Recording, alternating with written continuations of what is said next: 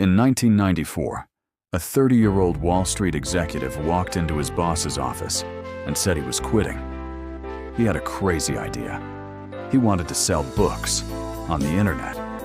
His boss thought he was having a breakdown. His parents gave him $250,000 of their life savings and told him they probably wouldn't see that money again. He drove from New York to Seattle, writing his business plan on the way. He set up his first server in his garage.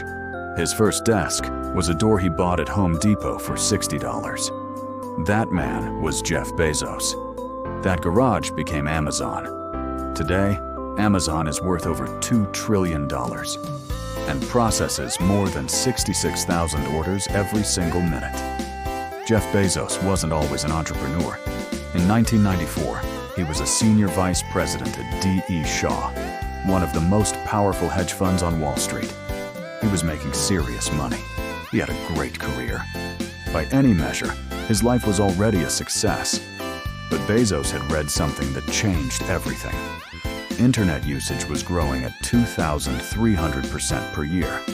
He had never seen a number like that in his life. He made a list of 20 products he could sell online. Books rose to the top. There were millions of titles. No single store could stock them all, and they were easy to ship. He told his boss about the idea. His boss said, "That's a great idea for someone who doesn't already have a great job." Bezos went home and thought about it for 2 days. He came up with what he called his regret minimization framework. He asked himself one question. When I'm 80 years old, which decision will I regret more? Trying this and failing, or never trying at all? He quit his job the next day. Bezos and his wife Mackenzie packed their belongings and drove across the country to Seattle. Why Seattle? 2 reasons.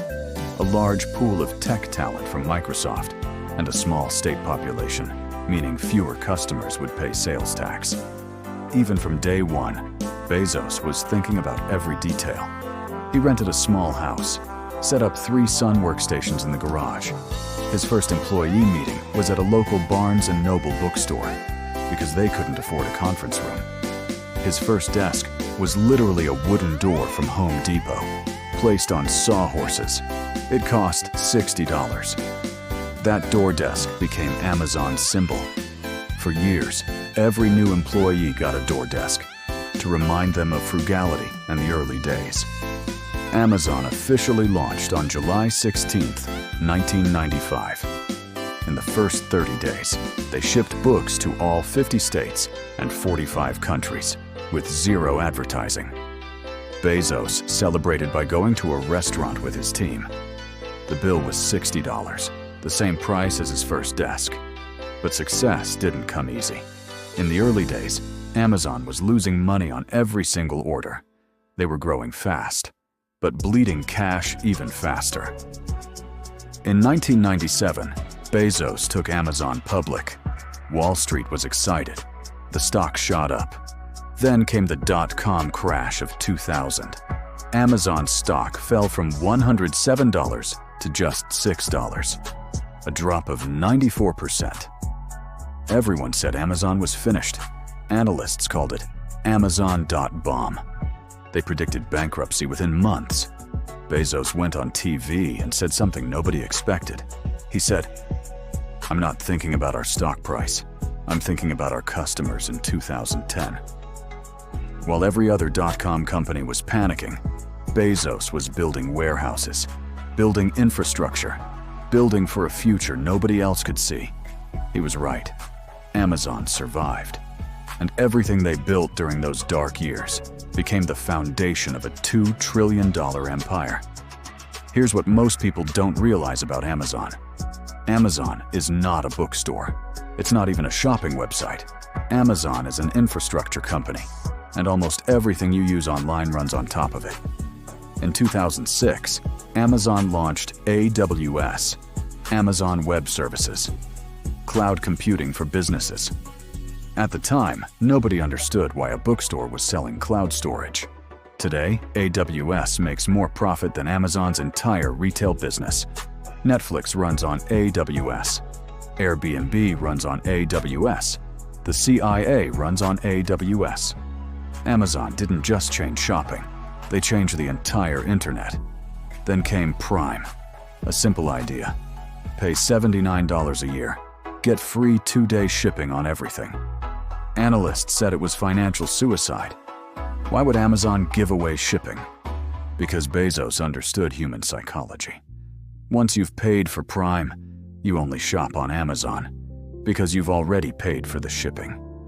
Today, Prime has 200 million members worldwide. It's the most successful loyalty program in history.